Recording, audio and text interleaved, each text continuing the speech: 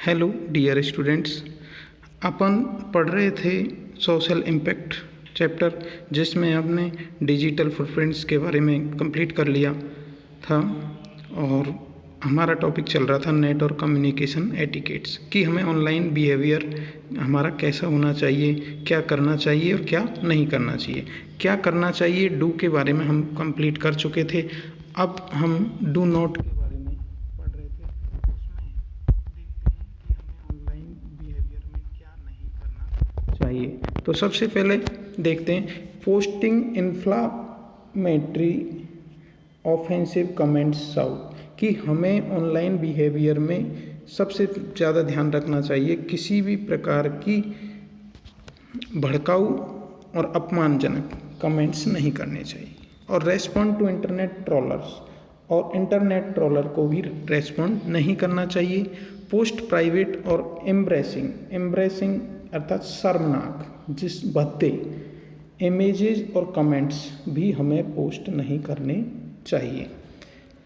Name call और express offensive opinions भी नहीं करना चाहिए। एक्सक्लूड पीपल और talk behind their backs, stick to the topic. Spam otherwise sending large amounts of unsolicited email. Spam का मतलब है कि एक ईमेल को बार बार सेंड करना या अनवांटेड डाटा सेंड करना।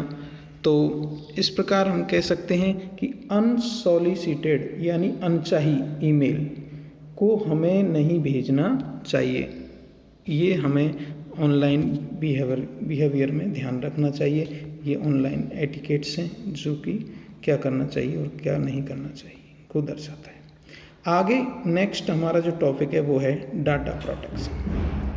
Data protection refers to the practices, safeguard and binding rules put in place to protect our personal information and ensure that it remain in control. Data protection क्या है कि हमारी जो personal information है, जैसे आपकी account detail हो सकती है, आपकी ईमेल पासवर्ड हो सकते हैं, और आपसे संबंधित जो कि आपकी पर्सनल डिटेल है जिसको आप किसी को शेयर नहीं करना चाहते, तो उस पर्सनल डिटेल को, पर्सनल इन्फॉर्मेशन को जो सेफ रखना है,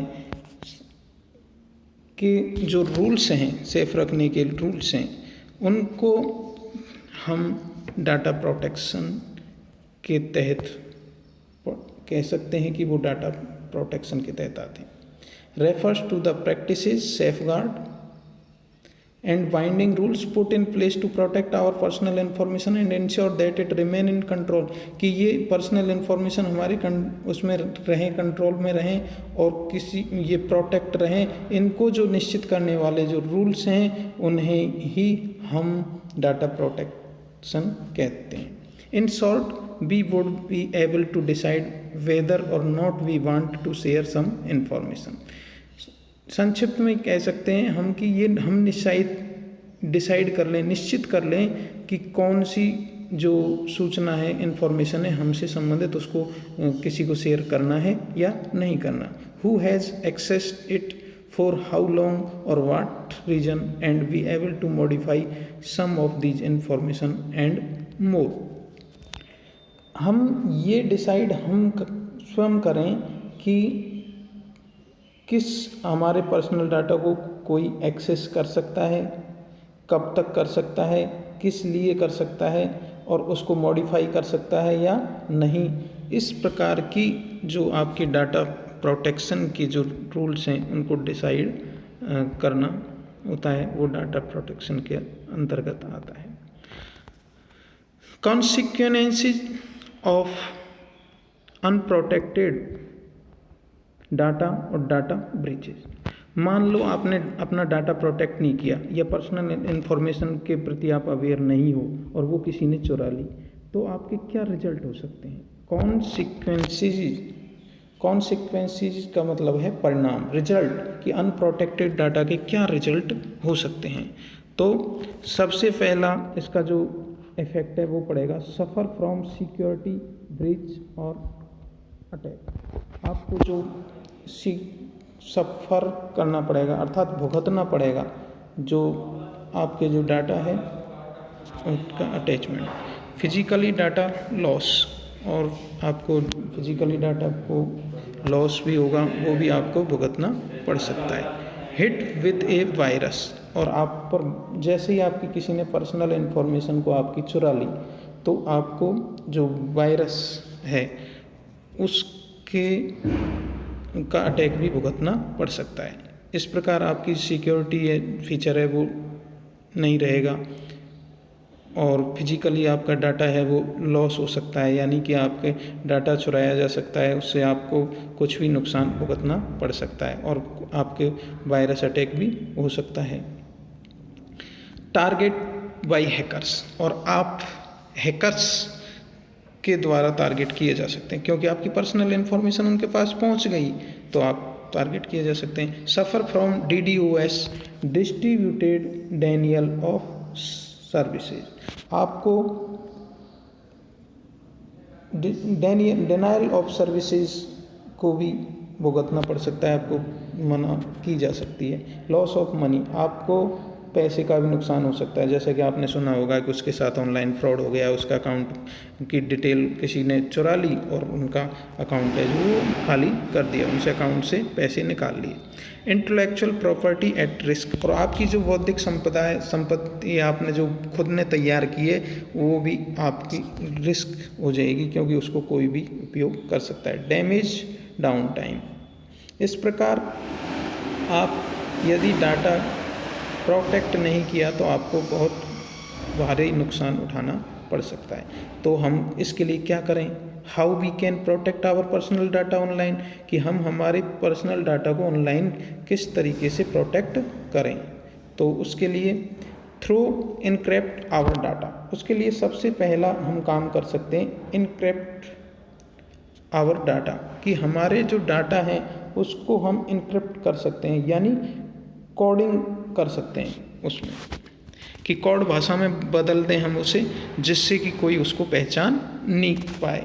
तो इस प्रकार हम इनक्रिप्ट कर सकते हैं अपने डाटा को। कीप पासवर्ड प्राइवेट, और जब भी हम ईमेल आईडी या फिर किसी भी ऑनलाइन पेज पे जाने के लिए जो भी पासवर्ड हम सेट करते हैं उसको प्राइवेट रखें, उसको किसी के साथ शेयर ना करें।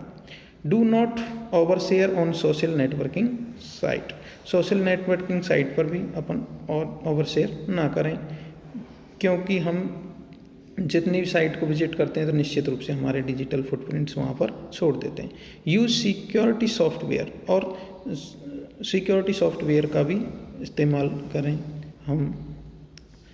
Avoid phishing email, phishing email से मतलब है कि जैसे बहुत सारी ईमेल होती हैं, ऐसी आती हैं जो कि आपको प्रलोभन देती है कि आप इस ऐप को डाउनलोड कीजिए, आपको इतना कैशबैक मिल जाएगा या इतना पैसा मिल जाएगा, ये होगा, आप ये जीत चुके हो। इस तरीके की जो जिस प्रकार आप फिशिंग कहते हैं कि जैसे मछली को पकड़ने के लिए अपन चारा डालते हैं, इसी प्रकार जो हैकर्स होते हैं वो आपको अपने जाल में फंसाने के लिए और कुछ प्रलोभन देते हैं, लोभ दे देते हैं। तो उस लोभ में अपन को नहीं फंसना चाहिए। अवॉइड फिशिंग ईमेल, ऐसी ईमेल्स को आपको ओपन नहीं करना चाहिए। बी वाइज अबाउट वाईफाई, और वाईफाई के मामले में भी आपको बुद्धिमान होना चाहिए कि जब भी आप मतलब एक प्राइवेट वाईफाई को यूज करें, यदि आप कहीं सार्वजनिक वाईफाई का इस्तेमाल कर लें, पब्लिक वाईफाई का इस्तेमाल कर रहे हैं, तो वहाँ पर आप पर्सनल इन्फॉर्मेशन को शेयर करने से बचें, जैसे अकाउंट से संबंधित डिटेल है और आपकी जो भी ऐसी डिटेल है जिससे नुकसान होने की संभावना रहती है, उसको प्राइवेट वाईफाई पर ही यूज लें, पब्लिक की वाईफाई पर नहीं करें। बी अलर्ट टू इम्प्रेशनेटर्स, और ऐसे लोगों से आप बच कर के रहें जो कि जाली आदमी होते हैं, जो कहते हैं हम छद्मवेश में रहते हैं, वो अपन को ठग सकते हैं, जैसे फ़ोन कॉल के द्वारा कि मैं बैंक से बोल रहा हूँ, आप अपनी ये पासवर्ड बताओ, आपको इतना पैसा वापस मिल जाएगा, या इस तरीके से जो लोग ठगी करते हैं तो उनसे आप बच कर रहे हैं। Safely dispose of personal information, और अपनी जो पर्सनल इन्फॉर्मेशन है उसको आप सेफ्टी के साथ में यूज़ करें। नेक्स्ट, तो हम इस तरीके से बच सकते हैं, अपने डाटा को प्रोटेक्ट रख सकते हैं। नेक्स्ट जो टॉपिक है हमारा वो है आपके इंटेलेक्चुअल प्रॉपर्टी। इंटेलेक्चुअल प्रॉपर्टी क्या है? इंटेलेक्चुअल प्रॉपर्टी का मतलब है कि आपने स्वयं ने कोई चाहे साहित्यिक रचना की या फिर और कुछ भी, आपने ऐसा कोई डायग्राम, चित्र या इमेज या कुछ भी बनाया या फिर आर्टिकल तैयार किया जिसको आप किसी के साथ शेयर नहीं करना चाहते या फिर करना चाहते हैं तो उसका लाइसेंस वो ले तो ही कर पाए, तो आपकी वो जो स्वयं तैयार करते हो वो होती है intellectual property, IP. IP is a proprietary created by a person or group of persons using their own intellect for ultimate use। कि जो इंटेलेक्चुअल प्रॉपर्टी है वो या तो किसी पर्सनल व्यक्ति के द्वारा या फिर एक ग्रुप के द्वारा तैयार की जाती है, use in commerce and which is already not available in the public domain. अर्थात वो जो आईपी है, इंटेलेक्चुअल प्रॉपर्टी है, वो पब्लिक डोमेन पर अवेलेबल नहीं रहती है और सिर्फ किसी ग्रुप के द्वारा या पर्सनली कॉमर्शियल पर्पज से तैयार की जाती है, तो उसे अपन बोलते हैं इंटेलेक्चुअल प्रॉपर्टी। अब example of intellectual property, intellectual property के एग्जांपल है property which are an invention relating to product or any process, a new design, a literary or artistic work and trademark, a word, a symbol and or logo ETC। जैसे आपकी intellectual property हो सकती है, जैसे आपने खुद ने कोई भी डिजाइनिंग तैयार किया है या कोई साहित्यिक रचना की है या कोई आपकी आर्टिस्टिक से, कला से संबंधित आपने कुछ पेंटिंग, चित्रकारी जो भी की है और उनका आपने ट्रेडमार्क लिया है या फिर आपका कोई लोगो हो सकता है, सिंबल हो सकता है, ये आपके इंटेलेक्चुअल प्रॉपर्टी के एग्जाम्पल हैं। इंटेलेक्चुअल प्रॉपर्टी के संबंध में कुछ राइट्स हैं, अधिकार हैं, तो वो आपके कानूनी रूप से आपको दिए गए हैं। तो intellectual property right is the statutory rights granted by the government. कि इंटेलेक्चुअल प्रॉपर्टी राइट्स है वो स्टैट्यूटरी यानी वैधानिक या लीगल, हम कहें लीगल राइट है, ग्रांटेड बाय द गवर्नमेंट। ये आपको IPR हैं जो कि वैधानिक रूप से गवर्नमेंट के द्वारा दिए गए हैं। To the owner of the intellectual property or applicants of an intellectual property to exclude other from exploiting the IP commercially for a given period of time in lieu of the disclosure his her IP in an IPR application. Exclude यानी कि आप उनको देख सकते हो, बाहर निकाल सकते हो, ड्रॉ कर सकते हो, और एक्सप्लोटिंग यानी किन किन को आपको उनसे बेनिफिट दिलवाना है।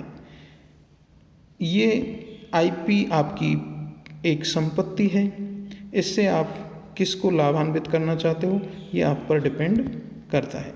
तो हम कह सकते हैं कि ये एक वैधानिक अधिकार है जो कि गवर्नमेंट के द्वारा प्रदान किया गया है ओनर को ऑफ द इंटेलेक्चुअल प्रॉपर्टी और applicant of the intellectual property to exclude. IPR है जो एक्सक्लूड अदर फ्रॉम एक्सप्लोटिंग, दूसरों को उससे डाटा एक्सेस करने के लिए या आपकी जो प्रॉपर्टी है उसको दूसरों के लिए उपयोग करने के लिए और गिवन पीरियड ऑफ टाइम और कितने समय के लिए वो उसका यूज करे, इसके लिए आपको अधिकार देता है। In lieu to the disclosure of his her IP in IPR application. तो ये अपनी आपकी जो प्रॉपर्टी है वो प्राइवेट है और आप उसके मालिक हैं, तो गवर्नमेंट आपको कुछ ऐसे अधिकार देती है कि आप किसी के लिए उनको कितने समय तक यूज करने के लिए और उनको ओपन करते हो, ये आपके ऊपर डिपेंड करता है ये IPR। Why should an IP be protected? Intellectual property को हमें क्यों प्रोटेक्ट करना चाहिए, क्यों उसे प्रोटेक्ट रखना चाहिए, सबके लिए क्यों नहीं खोल देना चाहिए? तो उसके कुछ रीजन्स हैं। नंबर 1 है IP इज अनअसेस्ड, यानी जो इंटेलेक्चुअल प्रॉपर्टी है वो आपकी एक संपत्ति है। And can be intellectual property and assessed यानी आपकी संपत्ति है, and can be exploited by the owner for commercial gain any manner, वो किसी भी तरीके से उसको उसकी संपत्ति को उसको उपयोग कर सकता है। IP owner may intend to stop other from manufacturing and selling product and service which are duly protected by him। जो IP ओनर है, इंटेलेक्चुअल प्रॉपर्टी का जो निर्माता है, ओनर है, मालिक है, वो इंटेंट अर्थात वो सोच सकता है, उसका इरादा कर सकता है इस चीज़ का कि वो स्टॉप देम फ्रॉम मैन्युफैक्चरिंग, उसका निर्माण को बंद कर सकता है, उसकी सेलिंग प्रोडक्ट यानी बेचने को, उसकी सर्विस को, और इस तरीके से वो अपना उसको प्रोटेक्ट रख सकता है, धुंधले ढंग से प्रोटेक्ट रख सकता है। IP owner can sell and or license the IP for commercial gains.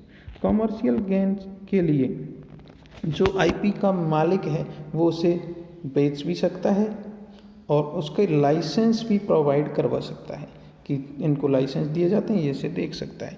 IP can be use to establish the goodwill and brand value in the market. जो इंटेलेक्चुअल प्रॉपर्टी है वो मार्केट में अच्छी ब्रांड वैल्यू बनने के लिए और establish करने के लिए भी इस्तेमाल की जा सकती है। और intellectual property can be mention in resume of its creator. Intellectual property को मेंशन किया जा सकता है, फिर शुरू में उल्लेख किया जा सकता है यानी रिज्यूम में, जो स्टार्टिंग में जो रिज्यूम जारी करते हैं हम उसमें इसको मेंशन किया जा सकता है ऑफ इट्स क्रिएटर एंड दस show competence of its creator, कि कॉम्पिटिशन ऑफ क्रिएटर की इसमें जो क्षमता होती है, कैपेसिटी होती है, कॉम्पिटेंस यानी कैपेसिटी, क्षमता, उसे भी स्टार्टिंग में मेंशन किया जा सकता है। IPR certificate establish legal and valid ownership about an intellectual property. और जो IPR है, इंटेलेक्चुअल प्रॉपर्टी राइट, वो एक सर्टिफिकेट स्टेबल करवाता है वैधानिक रूप से कि ये आपकी वैलिड ओनरशिप है, आप इसके स्वयं मालिक हैं इस इंटेलेक्चुअल प्रॉपर्टी के। अब देखते हैं काइंड्स ऑफ IPR जो इंटेलेक्चुअल प्रॉपर्टी राइट्स है वो कितने प्रकार से के दिए गए हैं, कौन कौन से दिए गए हैं। तो नंबर 1 फर्स्ट है पेटेंट। आपने सुना होगा कि इसका तो पेटेंट उस कंपनी के नाम पे है, ये उसका है। तो ये क्या है कि जिस भी प्रोडक्ट का पेटेंट उसके नाम से हो जाता है तो वो उसका ऑनर हो जाता है, मालिक हो जाता है, उसको दूसरा कोई इस्तेमाल नहीं कर सकता बिना उस ऑनर की आज्ञा के। तो patent to protect technology, the patent act के माध्यम से एक किसी भी प्रोडक्ट को प्रोटेक्ट किया जा सकता है। उसमें trademark to protect word sign logo label, the trademark act, एक ट्रेडमार्क एक्ट बनाया गया जिसके माध्यम से आप जो ट्रेडमार्क आप के लिए यूज कर रहे हो वो आपके लिए स्पेशली हो जाता है, उसका कोई दूसरा उपयोग नहीं कर सकता। जैसे आपने देखा होगा कि ये लोगो लग रहा है हमारे उसका कोचिंग का लग रहा है या फिर बुक की जो पब्लिशर है उसका लग रहा है, तो उसको कोई दूसरा यूज नहीं कर सकता। थर्ड है आपके design to protect our ornamental configuration. Ornamental यानी सजावटी, दिखावटी, कॉन्फ़िगरेशन यानी व्यवस्था का प्रारूप है। द डिजाइन एक्ट, तो एक डिजाइन एक्ट भी तैयार किया गया डिजाइन IPR के लिए कि भाई आप इस तरीके से अपने जो डिजाइन है अपनी जो उनको प्रदर्शित कर सकते हो। और geographical indications to protect region specific product, the geographical indication of goods act, इसके द्वारा आपके जियोग्राफिकल इंडिकेशन को भी IPR के तहत सुनिश्चित किया गया। Copyright to protect literary and artistic work, the copyright act. और वैधानिक रूप से, कानूनी रूप से कॉपीराइट एक्ट भी बनाया गया है, जो कि आपकी लिटरेरी यानी साहित्यिक और आर्टिस्टिक्स यानी जो कि आपकी कला पेंटिंग वगैरह है उसको आपको प्रोटेक्ट करता है। कॉपीराइट एक्ट कि आप कोई भी उसको ज्यों की त्यों इस्तेमाल नहीं कर सकता, कोई भी उसको शेयर नहीं कर सकता इस तरीके आपकी बिना अनुमति के। इस प्रकार आपके काइंड्स ऑफ IPR हैं, जो कि आपको पेटेंट है, ट्रेडमार्क है, डिजाइन है, जोग्राफिकल इंडिकेशंस है और कॉपीराइट के तहत वैधानिक रूप से मिले हुए हैं। अब IPR एक्ट कौन कौन से जो हमने पढ़े उनमें से किस किस वर्ष लागू हुए, कौन सी ईयर में वो एक्ट बने। तो IPR are protect in accordance अनुसार। जो IPR इंटेलेक्चुअल प्रॉपर्टी राइट है वो accordance with the provision of legislations of a country specific. किसी भी देश में इस IPR से संबंधित अपनी तरीके के प्रोविजंस बनाए गए हैं, कानून बनाए गए हैं। In India IPR can be protect and monopolize as per the act some of them are. तो इस उसी तरीके से किसी भी देश में IPR को प्रोटेक्ट करने के लिए कानूनी प्रावधान लागू किए गए हैं, तो इसी तरह इंडिया में भी कुछ जो एक्ट हैं वो इस तरीके से हैं। The patent act 1970, the design act 2000, the trademark act 1999 में ट्रेडमार्क कानून है वो बनाया गया, ट्रेडमार्क का जो एक्ट है वो बनाया गया। The geographical indications of act वो भी 1999 में बनाया गया। The copyright act 1957, protection of integrated circuit layout and design act 2000, protection of plant varieties and farmers right act 2001 and also trade secret. इस प्रकार IPR से संबंधित हैं वो कानून बनाए गए विभिन्न ईयर में। अब हमारा जो आज का जो नेक्स्ट टॉपिक है वो है प्लेजरिज्म। प्लेजरिज्म क्या है? ये एक साहित्यिक चोरी है कि आपने किसी का नोट्स है या किसी की जो बुक है वो लिखी और आपने उसको चुरा लिया, तो ये साहित्यिक चोरी है प्लेजरिज्म। प्लेजरिज्म का मतलब है साहित्यिक चोरी। तो इसको रोकने के लिए भी कानून बनाए गए हैं। तो the act of presenting the words, idea, image, sound or creative expression of other as it your creation or your own, कि आपकी जो स्वयं के द्वारा क्रिएट की गई सामग्री है, साहित्य या कला है कि ये जो भी है उसके आप स्वयं मालिक है, उससे किस आपके आइडियाज़ को, इमेज को या साउंड को किसी ने दूसरे ने उसको चुरा लिया, तो वो कहलाता है प्लेजरिज्म। और उसे रोकने के लिए ही कौन सा ये एक्ट बनाया गया, प्लेजरिज्म। तो the word plagiarism is derived from the Latin word plagiare. ये लैटिन वर्ड पेलाग्रे से निर्मित है, which means kidnap or abduct, जिसका अर्थ होता है किडनैप करना या अपहरण करना। पेलाग्रे मतलब होता है ग्रंथ चोर, यानी आपने जो भी कोई साहित्य है उसको चोर है उसके लिए पेलाग्रे ग्रे शब्द काम में लिया जाता है। तो ये लैटिन शब्द है पेलाग्रे और इसका मतलब होता है किडनैप कर लेना या फिर आप कहें कि अपहरण कर लेना। तो plagiarism, why is it important to understand plagiarism, इसको समझना क्यों जरूरी है? क्योंकि plagiarism is stealing of intellectual property. Plagiarism के द्वारा आपकी जो IP प्रॉपर्टी है, इंटेलेक्चुअल प्रॉपर्टी, उसे चुराया जा सकता है। प्लेजरिज्म इज चीटिंग, प्लेजरिज्म एक चीटिंग है। प्लेजरिज्म एन एकेडमिक ऑफेंस, ये आपके साथ में शैक्षणिक अपराध है plagiarism. Plagiarism is academic theft, आपकी शैक्षिक चोरी है क्योंकि आपने इसको बनाया और दूसरे ने उसको चुरा लिया, तो इस प्रकार ये एक चोरी है।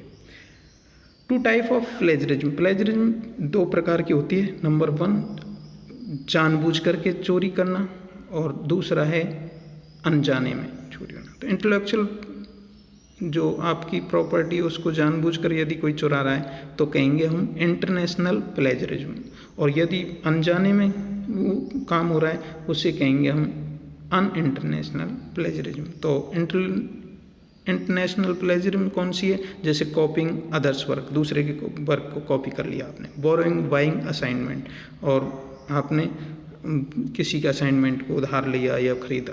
Cut paste from electronic resources, और कट कॉपी पेस्ट करके आपने किसी इलेक्ट्रॉनिक रिसोर्सेज से और किसी की साहित्यिक सामग्री को काम में ले लिया, तो वो भी आपके इंटरनेशनल प्लेजरिज्म के अधीन आता है। Downloading essays text from internet and presenting as our own work, और अपन डाउनलोड करना है किसी साइट से, और वो भी इसमें ही आता है इंटरनेशनल। और अनइंटरनेशनल में कौन से आते हैं? Not knowing how to acknowledge or incorporate sources of information through proper referencing, summarising and quotation, कि आप ये नहीं जानते कि उसकी प्राप्ति की सूचना, रिसिप्ट के बारे में आप नहीं जानते कि वो कहाँ से, ये स्रोत क्या है, इसको प्राप्त करने का स्रोत क्या है, और आपने उनके जो सांकेतिक कोड है, प्रेफरेंसिंग और समराइजिंग और कोटेशन, उनको आपने यूज कर लिया अनजाने में। केयरलेस कॉपिंग और cutting and pasting from electronic database, और कभी कभी आप केयरलेस होकर कहीं से किसी डाटा को कट कॉपी पेस्ट कर लें तो वो भी अनचाही एक प्लेजरिज्म कहलाती है। और कोटिंग एक्सेसिवली, यानी उसको कोट करना, अत्यधिक एक्सेसिव करना, अत्यधिक उद्धृत करना भी एक अनचाहे प्लेजरिज्म आता है। और फेलियर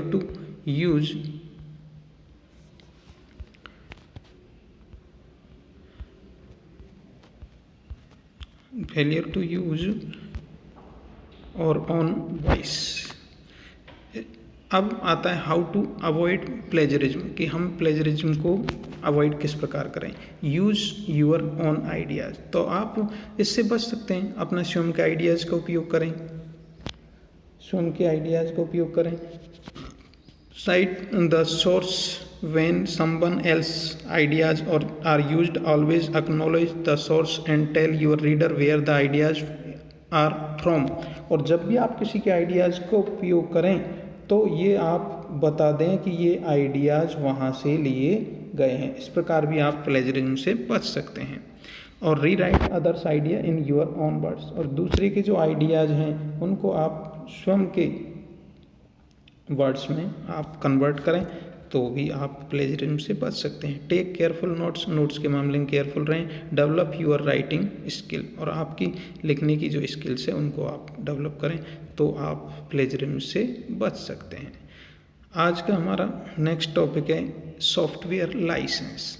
सॉफ्टवेयर लाइसेंस, जैसा कि आप अभी पढ़ा था IPR, तो इसी तरीके सॉफ्टवेयर लाइसेंस क्या है? सॉफ्टवेयर लाइसेंस आप किसी को प्रोवाइड करवाते हो कि मेरी जो इंटेलेक्चुअल प्रॉपर्टी है या मेरा जो सॉफ्टवेयर है इसको आप यूज कर सकते हो, इतने समय के लिए कर सकते हो। इस प्रकार आप एक लाइसेंस जारी करते हैं। तो इस software license is a documents that provide legally binding guideline to the person who holds to for the use and distribution of software। Software license एक डॉक्यूमेंट्स है जो कि आप कानूनी रूप से आप उसको गाइडलाइन प्रोवाइड करवाते हैं जिस पर्सन को आप उसे देते हो, जिसकी आपने इस सॉफ्टवेयर को जिसको डिस्ट्रीब्यूट किया उसे आप एक वैधानिक लीगली गाइडलाइंस अवेलेबल करवाते हो कि इसको आप शेयर कर सकते हो या नहीं कर सकते, यूज कर सकते हो, कब तक कर सकते हो, इस प्रकार का एक डॉक्यूमेंट्स जारी करते हैं। तो it typically provide end users with the right to make one or more copies of the software. ये आमतौर पर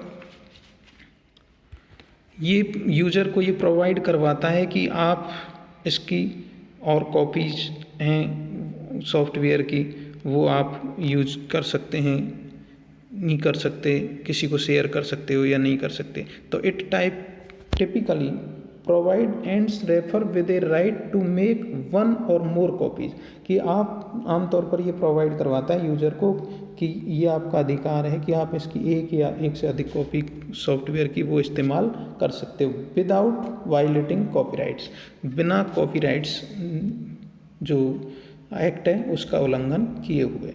तो it also defines the responsibilities of the parties entering into the license agreement and may impose restrictions on how the software can be used. It also define to responsibilities, ये responsibilities को भी define करता है user की को कि licence agreement क्या क्या है, कौन कौन से नियमों के तहत इसको एग्रीमेंट किया गया है। मे इम्पोज रेस्ट्रिक्शन ऑन, कि आप इसको लाइसेंस की जो टर्म और कंडीशन है कौन कौन सी हो, आपको रेस्ट्रिक्शन उन लागू किया है उनको भी ध्यान रखें और उन इस सॉफ्टवेयर का किस प्रकार यूज करें। Software licensing terms and conditions usually include fair use of the software. ये जो सॉफ्टवेयर लाइसेंसिंग की टर्म और कंडीशंस होती हैं वो जुड़ी रहती है सॉफ्टवेयर का फेयर यूज करने में कि किस प्रकार यूज करना है। द लिमिटेशंस ऑफ लाइबिलिटीज, कि जो दायित्व, लाइबिलिटीज मतलब आपकी जिम्मेदारी, सॉफ्टवेयर के प्रति आपकी क्या लाइबिलिटीज हैं, क्या जिम्मेदारी है, उनकी लिमिटेशंस को भी बताते हैं सॉफ्टवेयर लाइसेंस। और warranties and disclaimers and protections, और आपकी डिस्क्लेमर कर सकते हैं, उसे रिजेक्ट कर सकते हैं, क्या कितनी वारंटी है, क्या प्रोटेक्शन है, ये सब आपको सॉफ्टवेयर लाइसेंस है वो बताते हैं। तो benefits of using licensed software, software license उपयोग करने के बेनिफिट्स क्या हैं। तो using unlicensed software against the law,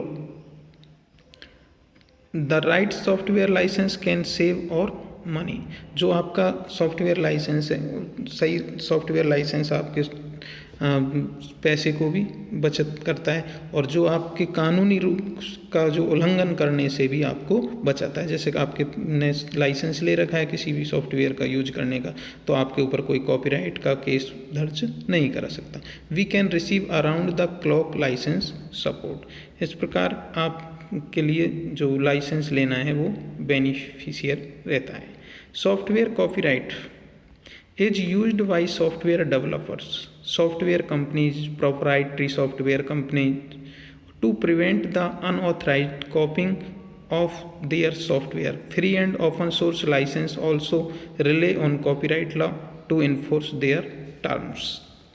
तो जो सॉफ्टवेयर कॉपीराइट्स हैं वो सॉफ्टवेयर डेवलपर कंपनी या प्रोप्राइटरी मालिक जिसे हम कहें कंपनीज के, वो अनऑथराइज्ड कॉपिंग को रोकने के लिए इस्तेमाल करते हैं उनके सॉफ्टवेयर की। Free and open source license also relate to copyright law to enforce their terms, और फ्री और ओपन सोर्स हैं वो भी कॉपीराइट के जो कानूनी प्रावधान हैं उनको अप्लाई करते हैं, एनफोर्स अप्लाई करते हैं। Reason for copyright our software, हमारे जो सॉफ्टवेयर के कॉपीराइट के जो प्रावधान लागू करने के कारण है कि our work is an asset, कि हमारा जो वर्क है सॉफ्टवेयर डेवलपमेंट है वो एक हमारी संपत्ति है, तो इसलिए हम उस पर कॉपीराइट एक्ट लागू कर सकते हैं। प्रोटेक्ट आवर राइट, हमारे जो अधिकार हैं उनको हम प्रोटेक्ट कर सकते हैं। It protect our software structure, और हमारे सॉफ्टवेयर के स्ट्रक्चर को प्रोटेक्ट कर सकते हैं। It protect software code sequence and organization. It enhance protection against license agreement, और ये हमारे जो लाइसेंस एग्रीमेंट के द्वारा प्रोटेक्शन को इन्हेंस किया जा सकता है, बढ़ाया जा सकता है। देखते हैं difference between licensing and copyright. तो copyright is a type of intellectual property protection and licensing is a kind of risk control measure that can be applied to control copyright loss exposure।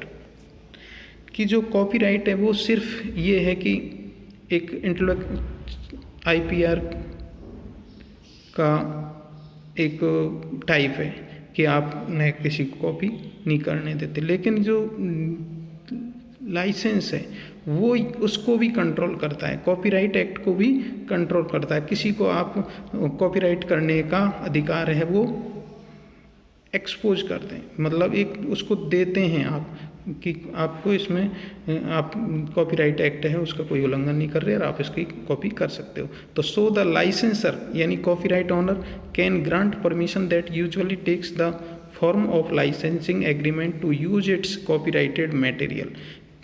Licence प्रदान करने वाला honour है वो ये decide करता है कि आप इस सॉफ्टवेयर को यूज कर सकते हो, कॉपी कर सकते हो, इसकी शेयर कर सकते हो, तो आप कोई कॉपीराइट एक्ट का उल्लंघन नहीं करते। तो this agreement specify the acts exact material to be used purpose the work could be used for and the duration of the license. License वो निश्चित समय के लिए जारी किया जा सकता है, तो उसमें वो उसको मतलब बता सकता है कि आप कितने समय के लिए कहाँ पर इसका यूज करते हैं। ये लाइसेंस का जो जारी किया जाता है उस समय एग्रीमेंट में स्पेसिफाई किया जाता है। अब free and open source software available है बहुत सारे, जिनको हम बिना कॉस्ट के, बिना कुछ खर्च किए हुए अपना सकते हैं। तो FOSS यानी free open source software is a kind of software that all allow user to not only freely run the program for any purpose but also provide user access it source code। Free and open source software है वो freely available रहते हैं और उनका जो source code है वो भी अवेलेबल रहता है, एक्सेस रहता है। Moreover it also allow us modify this as well as freely distributed copies of the original version और देयर अल्टर्ड वर्जन। जो फ्रीली और ओपन सोर्स सॉफ्टवेयर है वो फ्रीली अवेलेबल है, साथ ही उसकी कोडिंग है वो आपको मॉडिफाई करने के लिए, डिस्ट्रीब्यूट करने के लिए ओरिजिनल वर्जन है आपको वो अवेलेबल रहता है। तो following criteria must be met for FOSS यानी free and open source software. तो जो क्राइटेरिया है उसका है निश्चित है कि source code must be included, कि उसमें सोर्स कोड है वो इंक्लूड है। Anyone must be allowed to modify the source code। कोई भी उसके लिए आप मतलब अलाउ किया गया है, किसी के भी लिए अलाउ है कि वो कोई भी उसमें अपनी आवश्यकता के अनुसार है वो मॉडिफिकेशन कर सकता है, मॉडिफाई सोर्स कोड में कर सकता है। Modify version can be redistributed, और मॉडिफाई जो वर्जन है आपने उसमें कुछ चेंज किया उस वर्जन को आप रीडिस्ट्रीब्यूट भी कर सकते हैं। The license must not require the exclusion of other, it must be free, और ये सब कुछ फ्री होता है। Example of free and open source software operating system है आपका लिनक्स है, उबंटू है, ये दोनों आपके फ्री एंड ओपन सोर्स हैं। एज DBMS यानी डाटाबेस मैनेजमेंट सिस्टम में आपके MySQL है, मोनागो है, SQLite है, ये आपके फ्रीली अवेलेबल है। एज प्रोग्रामिंग लैंग्वेज में जावा, PHP, पाइथन, ये free and open source software है। एज इंटरनेट ब्राउज़र में आपके फायरफॉक्स है, क्रोमियम है, Apache HTTP server, Apache Tomcat, ये सब ही FOSS यानी फ्री ओपन सोर्स सॉफ्टवेयर के एग्जाम्पल हैं। अब types of software based on use, number 1 free software और open source software. Free software क्या है कि free software are all those which are freely accessible, आप उसे फ्रीली एक्सेस कर सकते हो। फ्रीली एक्सेसिबल के साथ में उसको आप चेंज कर सकते हो, मॉडिफाई कर सकते हो, डिस्ट्रीब्यूट कर सकते हो, तो वो होते हैं फ्री सॉफ्टवेयर। तो freely used, changed, improved, copied and distributed, it provide all type of freedom। the terms free means freedom at very little or no cost। the source code is also available with the free software। तो source code भी available रहता है, आप इसके लिए बिल्कुल आप free हो कि आप उसको शेयर भी कर सकते हो और यूज़ कर सकते हो। Open source software, open source software में open source software can be freely used, changed, improved, copied and redistributed, but it may have some cost for the media and support for further development। तो जो open source software हैं only open source जिसमें free नहीं होता, तो इसमें क्या है कुछ आपको पे करना पड़ता है, नहीं तो आप कॉपी भी कर सकते हैं, रीडिस्ट्रीब्यूट भी कर सकते हैं। और source code is also available with OSS। Open source software में आपको सोर्स कोड भी अवेलेबल रहते हैं। It can be modified and redistributed with some guidelines, और कुछ गाइडलाइंस का पालन करते हुए आप इसको मॉडिफाई और रीडिस्ट्रीब्यूट कर सकते हैं। द लाइसेंसिंग में restrict source code from being distributed and modification to mention the authors integrated. A software which is free as well as an open called free and open source software or free libre and open source software. Libre का मतलब होता है आपका without charge और free available होता है बिना किसी कॉस्ट के। Types of software based on use के आधार पर आपके सॉफ्टवेयर तो 3 प्रकार के हैं, प्रोप्राइटरी सॉफ्टवेयर, फ्रीवेयर और शेयरवेयर। तो प्रोप्राइटरी सॉफ्टवेयर क्या है? जिसके आप मालिक हैं। These software are neither open nor freely available. Proprietary वो ना तो फ्रीली अवेलेबल रहता है ना ओपन रहती है उसकी कोडिंग। They must have some cost and source code is also not given since it is proprietary of the developer organization. No change, copy and distribution are allowed. कि जो प्रोप्राइटरी सॉफ्टवेयर है उसको आप कोई चेंज नहीं कर सकते, कॉपी नहीं कर सकते और डिस्ट्रीब्यूशन नहीं कर सकते जब तक कि वो मतलब जो जिसका है उसने आपको अलाउ नहीं किया या लाइसेंस जारी नहीं किया। Freeware, these are available free of cost. Freeware free of cost.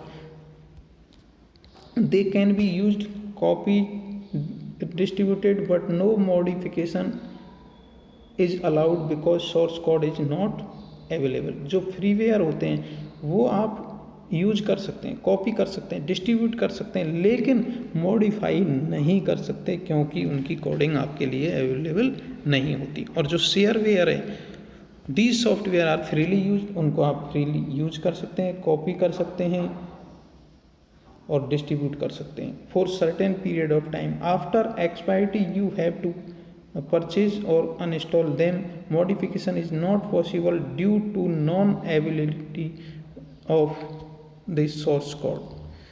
These are the demo version and freely distributed for trial purpose. Okay, thanks। आज के इस वीडियो में बस इतना ही।